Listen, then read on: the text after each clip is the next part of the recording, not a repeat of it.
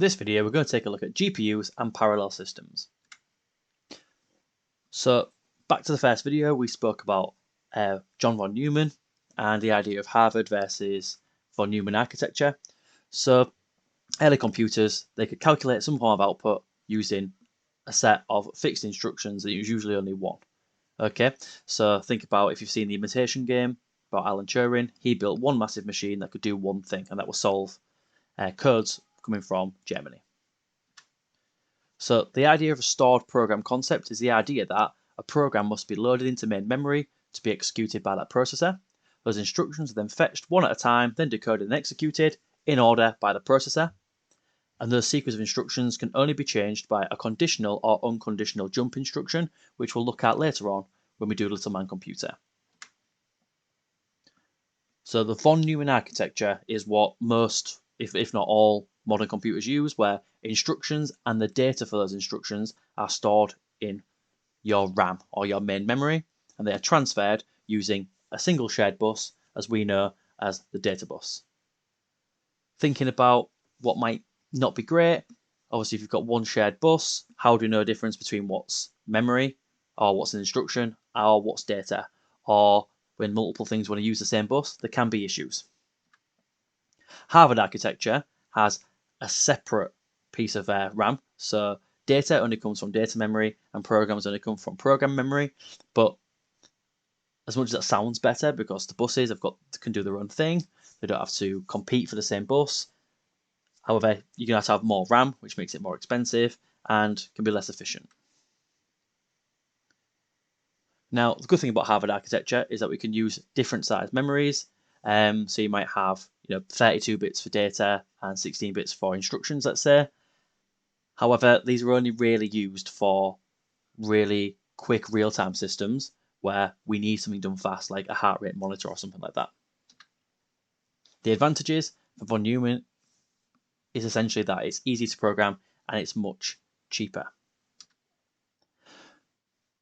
So going into today's video, we're looking at the idea of parallel systems. So not parallel processing, the idea of a parallel system. So we can have a multi-core processor where we have 4 cores, let's say, that can do several tasks in parallel. So that's a parallel system. Most of your phones, computers have at least 4, if not more, cores. If you've got a supercomputer, that may have thousands of cores. So when parallel processing is used, we have to program it to use multiple cores. So for example, each tab in Google Chrome, that is essentially a core being used. That's not technically true, but we can use things called threading in our programming, and threading allows us to do essentially multiple things at the same time. However, you can still have multiple tabs in Chrome if you had a single core processor. It would just, the operating system would manage that in a quite clever way to make it seem as if they're doing it at the same time, when actually it wouldn't be. Another type of processor is a co-processor system, and that is where you might have an extra processor, which is essentially going to help the load. Okay, so it might be one that's specifically used for a certain piece of maths. It might be a GPU, which will do all the graphics processing. A sound card would do the same thing. And your ARM processors have co-processors essentially to make it seem like it's got lots of cores and working a lot faster. But usually those co-processors do like one or a couple of jobs. So a GPU is a very specialized processor, which is only there to do maths and computer graphics. It's got thousands of really small, efficient cores, which is designed for parallel processing, and it can process lots of visual data simultaneously, and that's what your graphics card is. So you think about a CPU might have 8 cores, a GPU will have thousands of cores, but they can only do one or a couple of jobs. That's why if you've got a computer that's got onboard graphics, your CPU is doing both of those jobs, therefore it's going to be slower. So the GPU can help accelerate maths on scientific data, engineering.